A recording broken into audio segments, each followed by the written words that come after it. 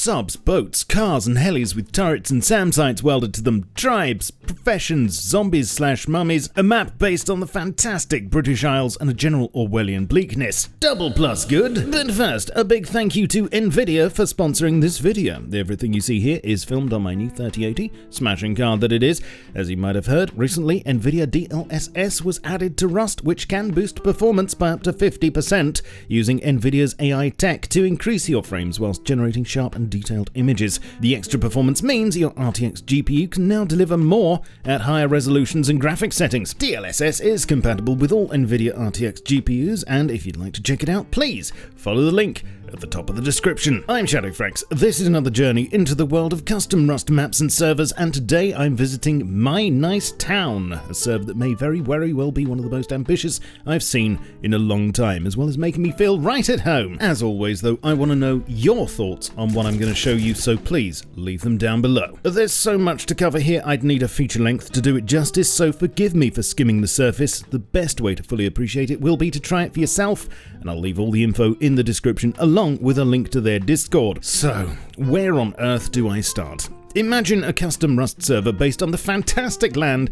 of the British Isles. Okay, well, I've seen one of those, you say, but did it have a Skyrail system, walled tribal cities, genuine UK phone boxes, professions with their own tech trees, nearly 40 custom cars, helis and boats, and now submarines to get your hands on with SAM sites, rocket launchers, turrets, armour and storage units stuck to them, surveillance cameras, roundabouts, a large and rather angry population, and general dystopian Orwellian overtones.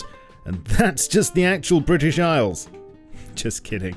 Unless the My Nice Town team have been quietly testing their server for the last couple of months, so congrats if you've already stumbled across it, but presuming you haven't, here we go. So the map is 6K in size and uses the best height map out there, which is of course the British Isles, and encompasses all of the most popular islands in the chain, such as Skye, Man, Wight, the Outer Hebrides, and Feckle Rock. All the most important towns are faithfully reproduced, such as London, Leeds, Glasgow, and Wakefield, along with famous landmarks like Stonehenge, Airstrip 1, and of course, Swiss Tony's Garage. Talking of which, the road network, although based on the real thing, is somehow actually in better nick. Potholes! Oh, and every monument you see here was produced exclusively for this map. There are three main areas you need to know about. Nice Town, which is approximately where Norwich would be, Bandit Town in the west of Ireland, and the Wilderness, which is basically everywhere else. On your very first spawn, you'll start here on a giant airship hovering over the Isle of Man. After this, if you don't have a bag down, you can choose to spawn near a random town in the Wilderness or in your tribe's city. Your first challenge here, though, is to get to the bottom. Fortunately, the lifts are faster than a checkout scanner in Lidl, so it won't take long. At ground level, you'll find a shopping centre, Skyrail station, and safe zone, which serves as a hub for anyone living in the wilderness. And the security here is definitely a tad beefier than vanilla. There's also a fast tech drone shop with 20 times faster drones, meaning they can deliver emergency tea and crumpet supplies from one side of the map to the other in under a minute. Classic British efficiency. Now, there are in fact over 80 plugins at work on the server, with almost all of them being custom built, and I'll try to cover as many as I can,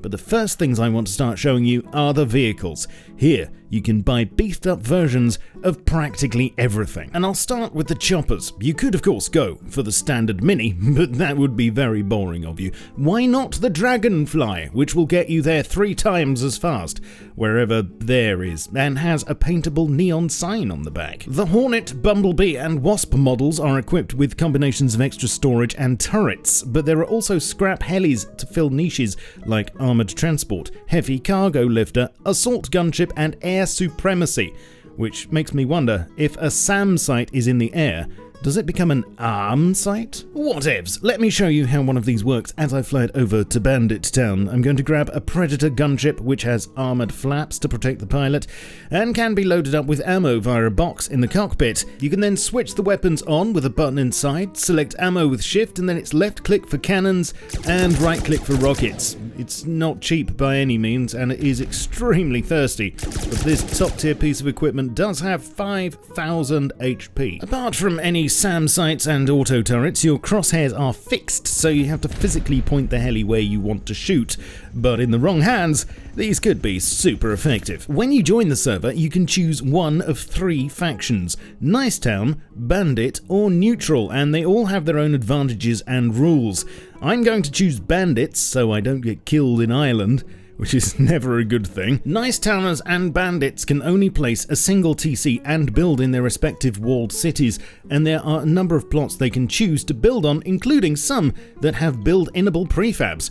Personally, I have mixed feelings about this sort of thing, but hey-ho, they can't physically raid other members of their own tribe, but can still be raided by opposing factions. However, they do have the advantage of town amenities such as the bank, store, gun shop, forge, and stable, plus there are some NPC guards to keep watch, although these can be killed. The Neutral faction are a free people. They can place unlimited tool cupboards and can build anywhere in the wilderness outside of the tribal cities. They don't have the same concentrated set of amenities or NPC guards, but they can use the central island for shopping and trading. Regardless of tribe though, you are limited to authorizing on a maximum of 20 tool cupboards. There are also 3 professions to choose between, and this will greatly influence your style of play.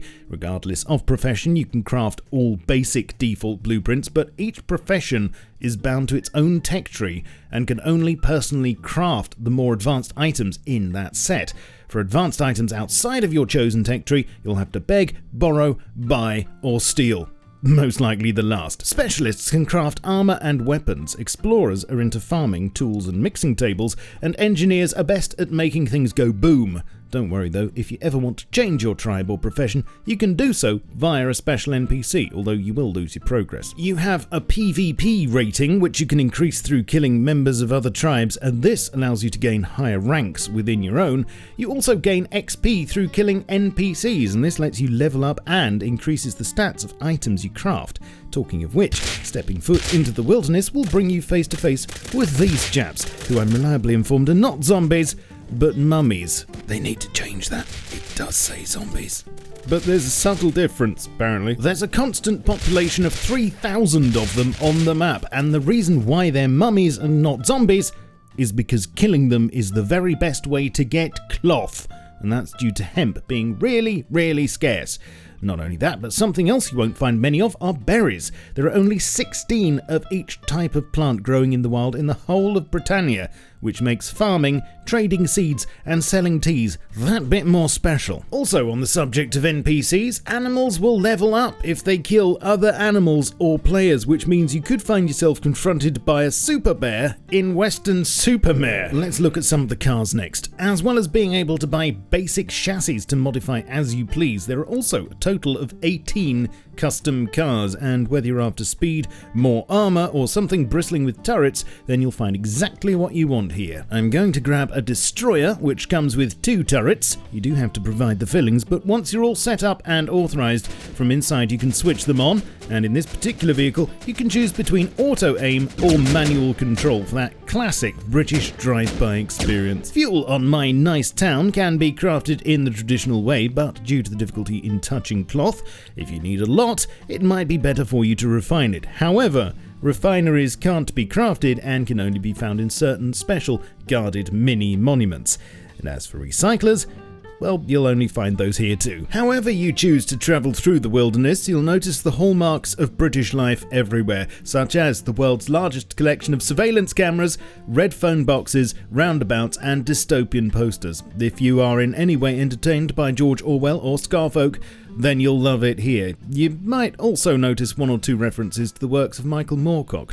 Those might not be quite so obvious. In the wilderness, if you decide to choose the neutral faction, you'll find many structures to build in, along with plenty of out-of-the-way places and islands, if that's what you're after. Some are compact and bijou, whereas others are perfect for clans. You could take over the entire Isle of Wight if you wanted to, for instance. And who hasn't wanted to do that? Now, just as Britain is renowned for its legendary and super reasonably priced public transport, So, My Nice Town has a 24-hour Skyrail system that runs between Bandit Town, the Central Island, and Nice Town. As a bandit though, if I travel over to the opposing tribe of Nice Town and make my way towards the gates, you can see I'm not particularly welcome. The guards will be alerted and seek to defend the city, although they can still be killed, and the inhabitants raided if needs be, just not very quietly. Let's talk about items, because things are quite different here to normal Rust.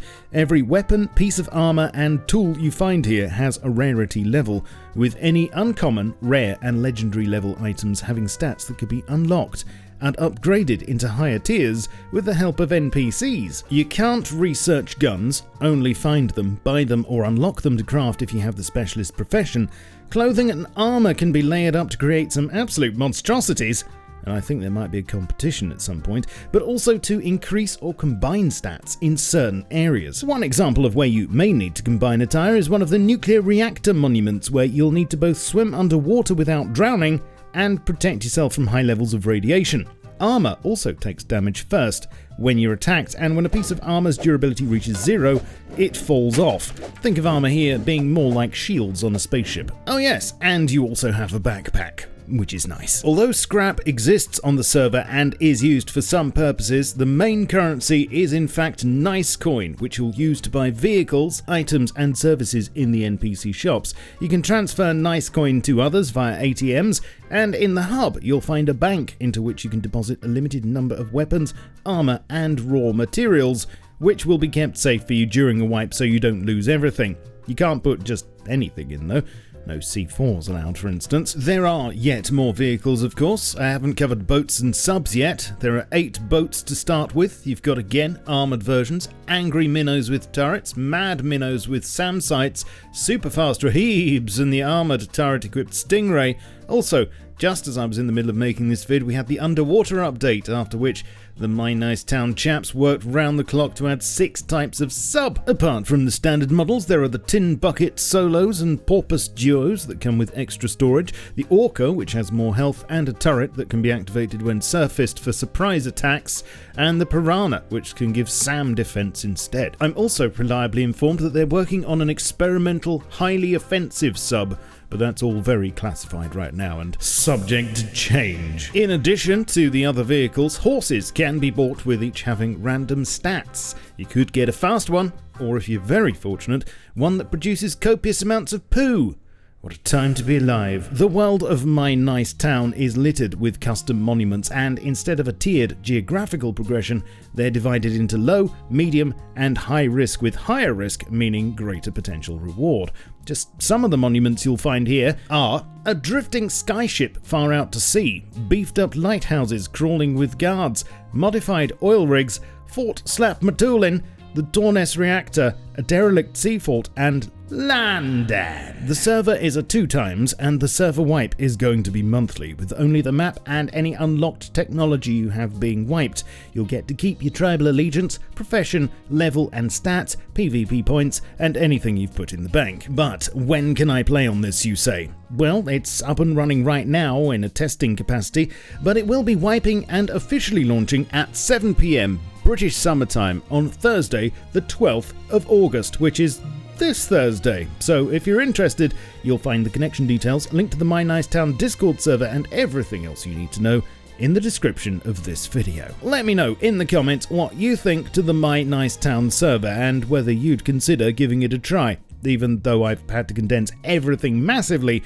I do think with all the systems it has in place, it could offer you a very different Rust experience indeed, and I'd love to hear your opinions as always. Once again, thank you to Nvidia for sponsoring this video. Remember, if you've got an Nvidia RTX GPU, then you can take advantage of DLSS in Rust with settings for max quality or performance and get the AI tech to deliver you more frames at higher resolutions. And if you'd like to check out how this can help you, then please follow the link at the top of the description. Leave me a like and sub to the channel for more like this. You can catch me streaming on Twitch and stay up to date with my content on Twitter, Facebook, Discord, and my Steam group. You can also support the channel directly via Patreon or by grabbing yourself some merch from my store. All the links will be below. I shall catch you all soon, but in the meantime, keep calm and stay rusty.